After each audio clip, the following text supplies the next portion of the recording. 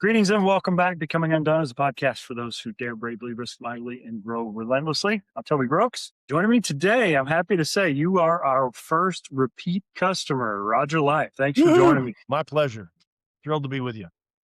Well, Raj, we connected last week. You were in town. You're in the phase of life where your schedule is flexible and you can come and go kind of as you please, set your schedule. And you'd shared with me that this wasn't necessarily the season you would have chosen even a year ago, No. but you've navigated through that and you've got a purpose left undone. And I can't think of really a life being lived in a way that's better reflective of the theme of this show than what you're doing now. So I'm excited to get into your story. Thanks so much.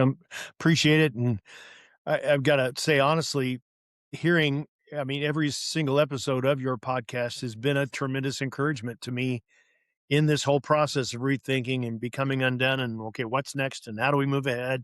Those things have been incredibly informative and sometimes challenging and always encouraging. Yeah, well, I appreciate that. Your first episode, we really kind of went way back. We talked about your ministry at Southern Illinois University and how instrumental that was for me personally. And at that moment, you had made a big shift to Nations of Coaches. And so for those who haven't heard that episode, Roger Lipe has spent much of his life serving in sports ministry. He's worked alongside athletes, coaches, teams through triumph from very successful men's basketball comes to mind. Football was certainly very successful, other sports programs at SIU. But since we last talked on the show, you've been navigating a deeply personal season after the loss of your wife of 50 years. So even in the midst of that grief, you've processed, you've emerged, and you have come out on the other side, we'll say. But you sent me, prior to our show, prior to your visit in Waco, reflections that you had taken. You're a prolific writer. As you say, you process through writing. And I was excited to see that you had actually kind of written it on your phone, as it were, in some of those meetings. So I want to pull a quote from what you sent me. Okay. Early in your reflections, you described getting a text from your wife, Sharon, that simply said, "Can you come home? I feel like I need to go to the emergency room." And he wrote, "That moment changed everything and set the course of our lives for the next several months." And I apologize. This one's going to be impossible for me to get through.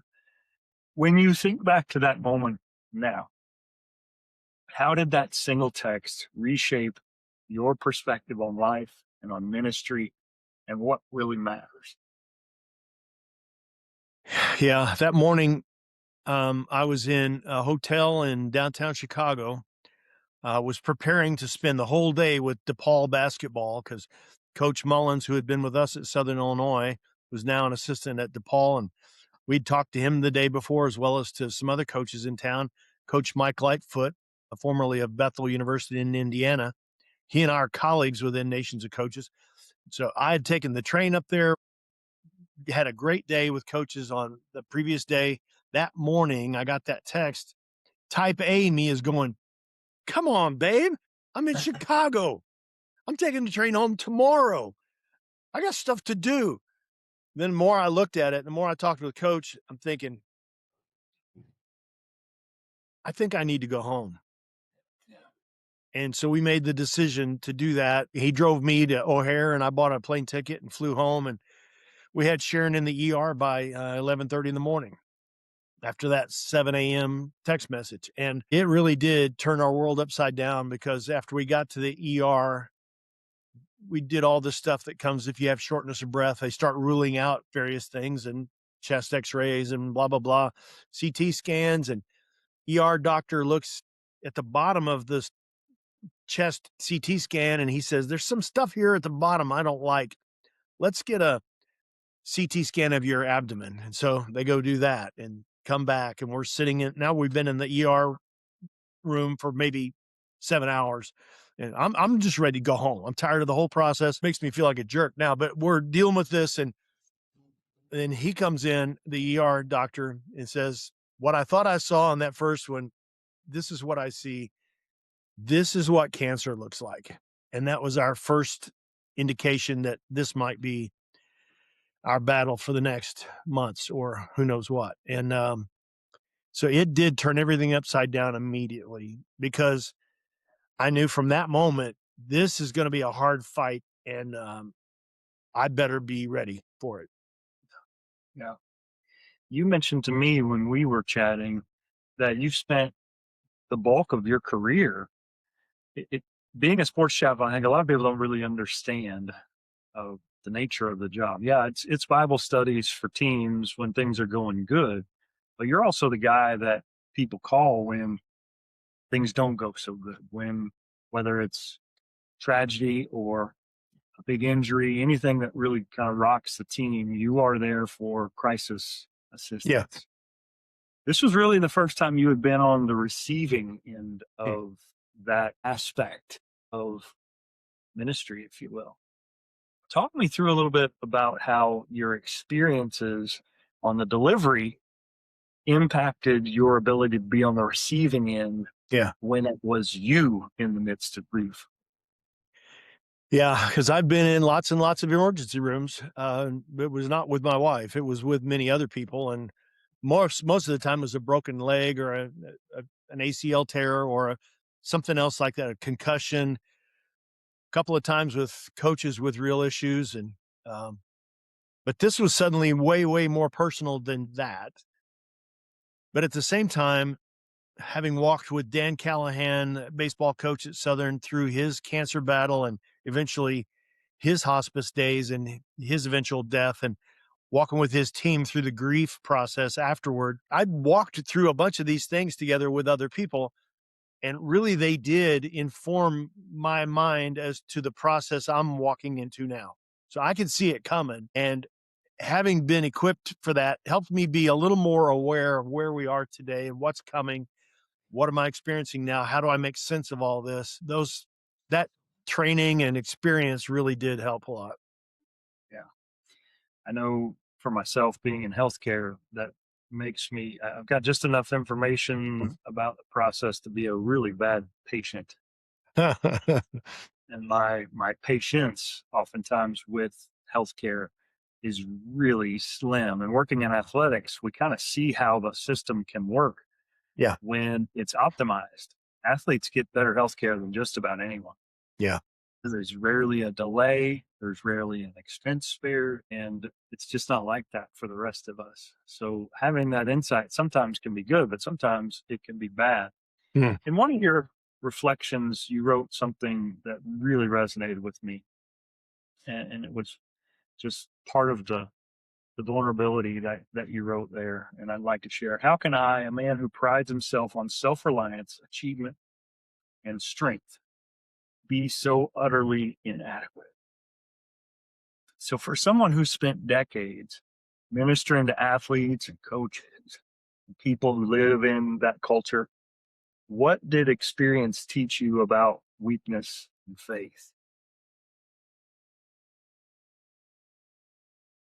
That's been the hard thing along this process, because I'm usually the guy who's trying to have perspective. I'm usually the one trying to be steady, trying to have myself under control, and I've got this together and I know what to expect and all that. And suddenly I was in a spot where I couldn't control anything about this process.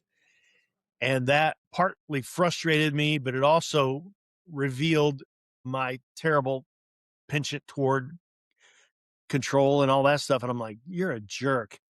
But it just made me stop and take a hard look at myself and know there's most of this I can't control. She doesn't need me to control it. So what can I do to serve my wife well along this process? And so it was a real self-awareness moment of, I don't have to be in control. I don't have to run the thing. I just need to care for her. Yeah. And along with that, I kind of want to pull at something I think it's it's important for all people, but for men especially. Like, I was raised to be a provider for my family. Yeah. My job is an important way in which I serve them. You had just taken a new job, massive career pivot. I mean, yeah, it's still the same line of work, but you're kind of a new guy and hadn't been there that long. And then suddenly you're faced with this reality that I've got to cut this visit short. But after that, I don't know that I can continue doing what I'm doing and serve my wife well as a leader. So, talk me through what ultimately led to you making the decision, the tough decision to actually retire at that time and remove yourself from your role with Nations of Coaches.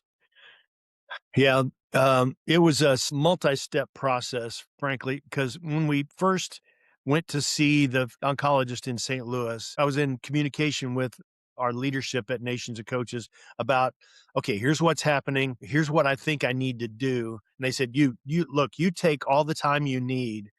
We'll manage all this stuff. You take care of her as your first priority. In fact, I remember Tommy Kyle telling me, she is your ministry presently. She is it. That's all. And so that was immeasurably helpful. I'm so glad I was where I was with the people I was, because they had a singular focus on that depth of care that really did help a lot.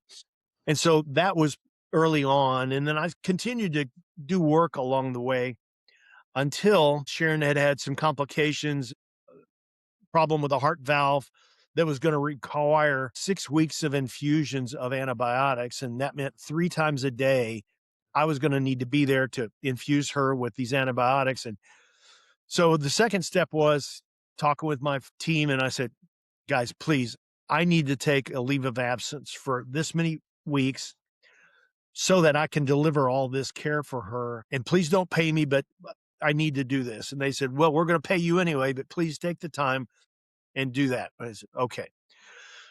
Once we got to the end of those infusions, we could tell things were not getting better anytime soon. So that's when we began to discuss, is retirement the right thing to do? And the more we talked about that and finally landed on a date being May 30, I said, yes, that's it. Because for me as type A boy, I had to figure out, she needs me more than I need to work. Part of that's a matter of station of life. She had been retired for a long time already, and I was old enough to retire. And I thought, she's very security conscious. I'm much less so, but still financial security is an issue. And so I thought, you know what? Hang it. This is the right thing to do. I don't care what it costs. This is right. And so we made the decision to do that. And those decisions plus others are why standing here almost 8 months from her passing has me with no regrets whatsoever. I know we did the right thing at every stage along the way. Right. Again, in my relationship with other people, I always feel a sense of responsibility that I need to help carry them. I need to be for them what they can't be today or whatever else it is. But in this situation with Sharon, there were so many things I could not do if I wanted to. It's utterly helpless. And to me, that feels like inadequate at the same time. And it's just a bear. It just assaults my soul. And so it stripped away some of that bravado that I normally have, some of that natural arrogance that lets me BS my way through a lot of stuff. I usually lead with my chin and my chest. And here I was just like, I'm just dragging through this thing because it was way beyond my control. And so I had to trust that God was going to carry me through this stuff that I'm just clueless as to how to handle. Yeah. And ultimately it led to two huge transitions, really, if we think about it. You left Yes. your position with Nations of Coaches and also moved. You vacated your house of many years, your home of even more years in Carbondale and the SIU community, and moved closer to your son. So talk me through kind of that progression and how you went from a text message on a random weekday to being in a new state in a new home as a widower less than 6 months later. Yeah, we had paid off our home in January. I can't remember if it was before or after the diagnosis, but we were thrilled. We got the mortgage off of it done. That's good. We had thought about someday, maybe if I ever retire, maybe we would move down closer to the kids, because being 75 minutes away is not nearly as good as being 10 or 5 or 15 minutes away. So we'd thought about that in general terms. But suddenly it became reasonable, like in April, to think about it in concrete terms. What if we did this? where would we go? And I started looking in earnest because her capacity to deal with that stuff was just about gone at that point. And so we looked at that moving process. That made sense. I thought this gets her in a position to be better cared for. That's why it's a good move. So getting ready to sell a house and all the stuff that goes along with that. And then as things continued to get worse, even after all those treatments, because during the treatments for the infection, the cancer went untreated. We didn't get chemo, didn't nothing. And so it was metastatic cancer and it grew rapidly. And toward the end of that leave of absence, we started discussing maybe the right thing for me to do is to retire. So the work can continue without me and I can continue to care for Sharon in a full-time basis because that's right. That's another part of responsibility. That's the right thing to do. Let's do it. So that's what we chose to do. And I retired and we moved on May 30 to a villa in Jackson, Missouri, just 10 minutes from my son's house. That's what made it the right place to be. Right. Well, I know the emotions there had to be tremendous. When we interviewed the first time, the excitement and the newness of that opportunity was clearly in the windshield, so to speak, and you were doing great things. And I think it's human nature to grieve that loss, but at the same time, I have to feel like there would almost be a guilt associated with that. Like I'm supposed to be here for my wife. How can I be selfish in this career thing right now? How did you navigate that transition, or were you just 100% all in on the caregiving and the processing came later? Yeah, pretty much. I stayed so locked in on taking care of her that occupied all my time and energy and focus.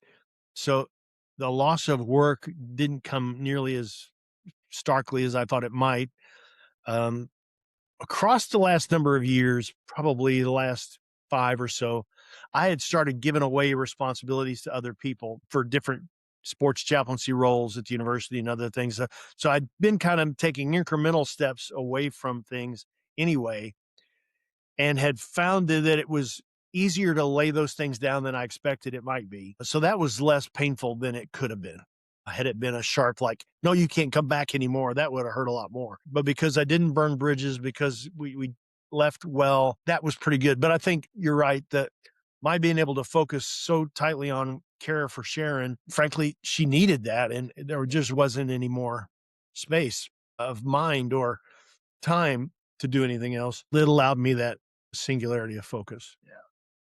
Well, I know this past fall when you came out and spoke at the conference hosted here at Baylor, the emotions were just beneath the surface. Like you Pretty were raw.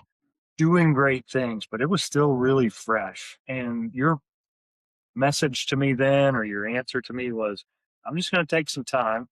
I'm still grieving. I'm not going to jump into anything.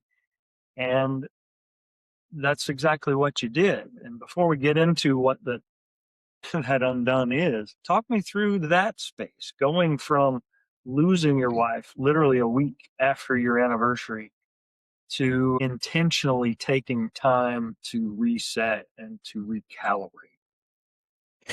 Yeah. Again, having been around a lot of grief over a lot of years, having grown up in a very big extended family. I mean, I grew up in funeral homes. That's where we saw our cousins and all that. So that process was not foreign to me, but the depth of this was certainly foreign to me. But still, having buried my dad 3 years ago and my wife's dad 2 years ago and others like that, you're going, so it's lived in grief a lot. And frankly, I've seen it done badly enough where people either pretend it's not happening, they shield themselves from it, or they deny it, or they rush right back into the things they were doing and they haven't taken any time to really deal with the loss.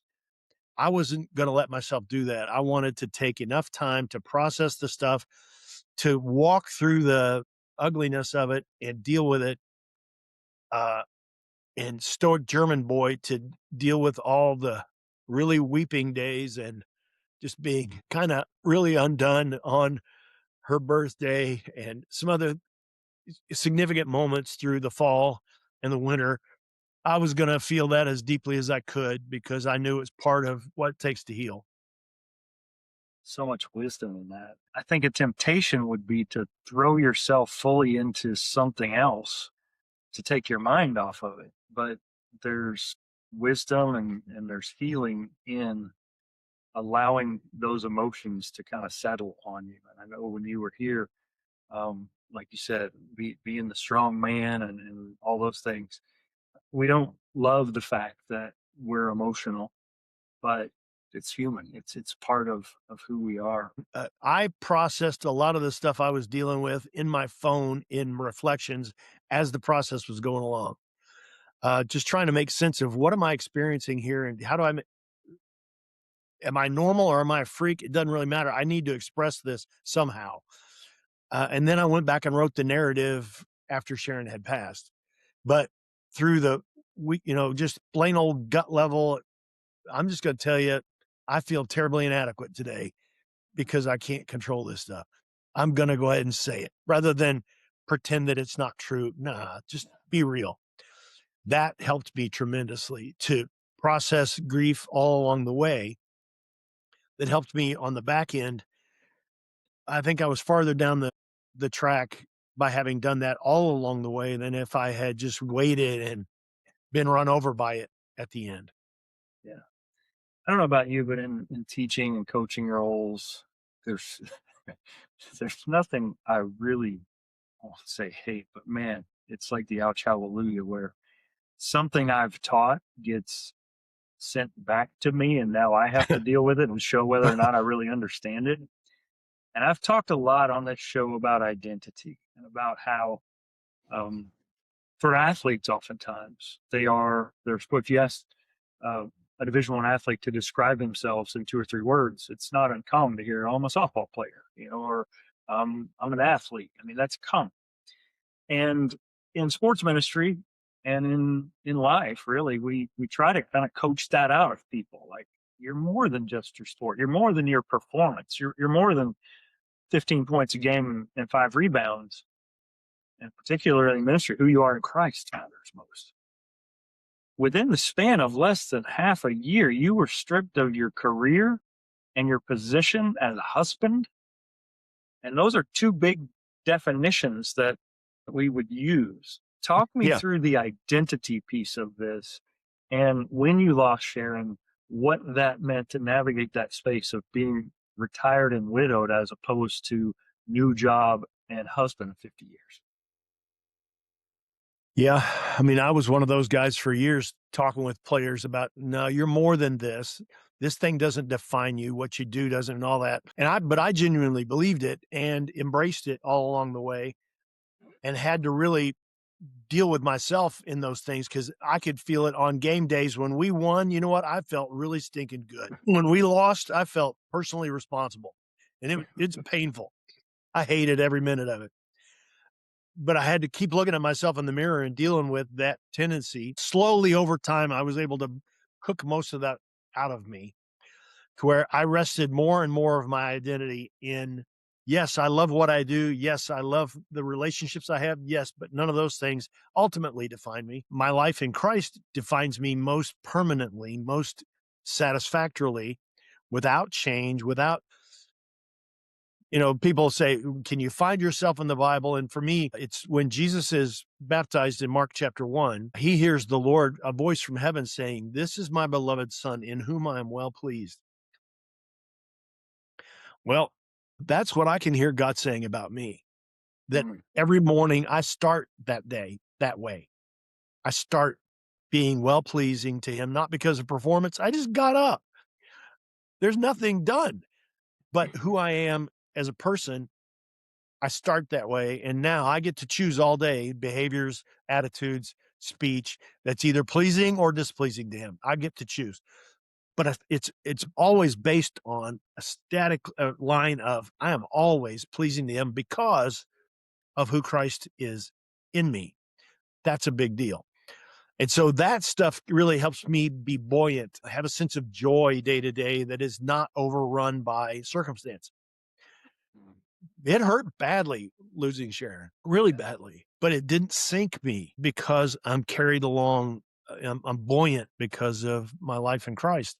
And so, uh, I mean, that sounds preachy, but frankly, it's just a fact that that's how I'm able to keep going and shortly find a forward look. Mhm.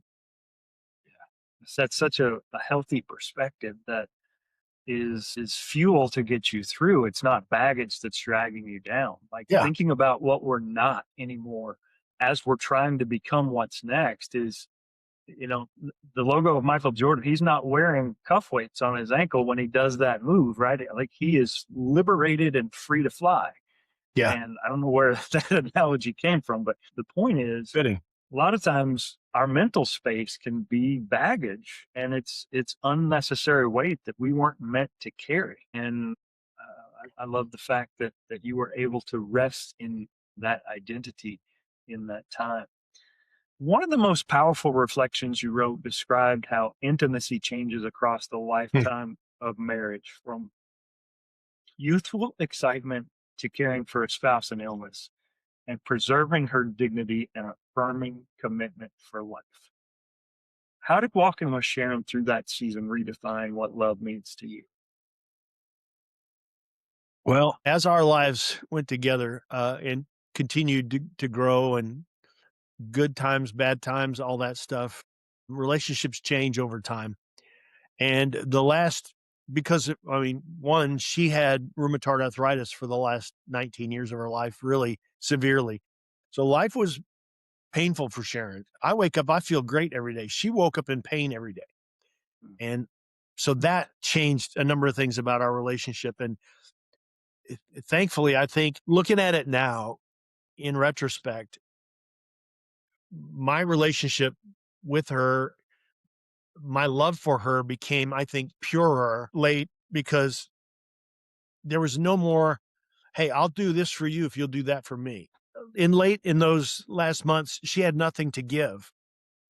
So it required me to give selflessly, to love extravagantly. And that's stuff I talk about all the time, but I had to do it then, being because it was important for me to protect her dignity when she was in public, to do things that helped her maintain who she wanted to be and that sort of thing. I'm not going to just treat her like some pitiful person. No, no, no. I'm going to protect her dignity. I would care for her. And that led to, again, more eyeball to eyeball, simple, I love you, you can trust me, intimacy than maybe we ever experienced. That was a beautiful passage of the book. And I sent it to my wife shortly after I read it and said, Huh. first of all, like, I'm sorry. There's some conviction layered in there that Yeah. these are the reflections of a man who's lost his wife. I felt guilt in knowing that I've still got some time to fix some stuff and hopefully do it better than I've been doing. So I thank you for that. Yeah, that stuff helped strip away selfishness from me in some regards, and, there was plenty there to strip away. Yeah. Well, I want to focus on what's next because it's exciting. Your 40 days in the wilderness was 6 months Uh, of taking time, being deliberate, praying over what's next for you. I know you're right in the middle of this launch and this reveal of your next season of life, and that's to come alongside those who are coming alongside athletes and those that are physically active, sports persons, we call them. So tell us a little bit about what's next, what's left undone at this stage.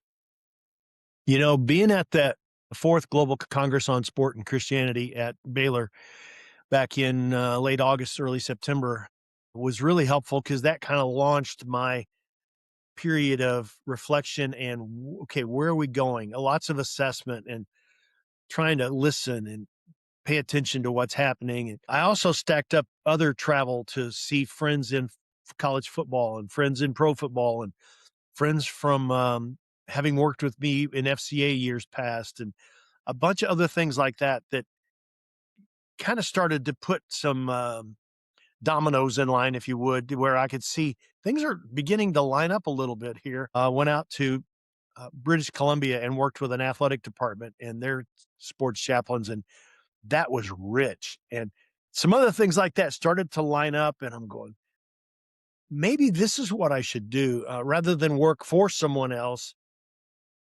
maybe I could just make myself available to leaders in sport and leaders in sports ministries. Because Toby, what I'm seeing is happening is there is a terrible brain drain going on now as baby boomers like me retire and exit organizations. Often the history of the organization goes with them, the values that built it go with them. A lot of the other factors that are part of how they shaped the organization are gone.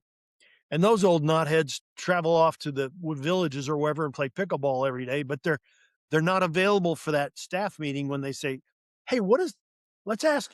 He's not there anymore. You can't ask that guy. And somehow they're just like off the map in a sense because nobody calls them. And so it's this brain drain. Hopefully I can fill the gap for some folks where they say, could we sit and talk with an old guy and think some of this stuff through? I'd love to be that guy. I won't tell you what to do, but I'll help you think about it and help you arrive at a good answer. So I'm looking at doing some training, some coaching, and some mentoring with leaders in sport or sports ministry, because that's what I've worked in for 31 years. And um, I'm great at long-term relationships and really short-term projects. And so if we fit in that kind of profile together, I'd love to be of service to people and can't wait to do it. And trying to prepare things to be able to make myself available just for that. Yeah. So if folks are interested, hopefully, if they're listening right now, maybe some things are forthcoming. But if you're listening to this a week or a month down the road, where can I send them? Where can they find out more information about what you have to offer? This website is going to be crazy complicated. It's rogerlipe.com. ROGERLIPE.com. And there'll be a email address, roger@rogerlipe.com is going to be really complex, but that's how I'd love to have folks engage me. They'll be able to see what we're doing, how we like to serve you, and then how we put it together. You'll be able to find kind of groups we've worked with in the past and can't wait. I think we'll make a bunch of resources available, and mostly I want it to be a landing spot. People can come see, okay, that's what I want. And then let's look to connect. Well, Roger, I can't thank you enough. I know Miss Sharon is beloved and missed. SIU honored her with decals on helmets this year and a number of other things. So Yeah. she's definitely missed. But I'm so thankful for you and your heart, and your service. I'm just terribly sorry that you had to go through this, but I know the world's a You're better kind. place because of the work that you're doing. So thanks again for coming on the show. You're kind. I was so proud of Saluki football for putting the SL sticker on their helmet for the whole season. And during the SIH Saluki's Blackout Cancer Day, they did a nice tribute to Sharon during halftime. And all of that was so honoring to her because of her depth of 19 years of investment in young men's lives and their families. And she mommed so many of those guys and would wag her finger at him. You'd better get to class or I'm going to call your mother. And she was just what they needed in many cases, was a surrogate mom. And we made a pretty doggone good team working together in that environment. So many lives changed between the two of you for sure. Well, Raj, thanks again. Last little bit, I always stitch this in. Just introduce yourself and say, and I am undone. I am Roger Lipe, and I am undone. Fantastic. Stop that recording there if my mouse will work. See here. Just let you know. 1 second.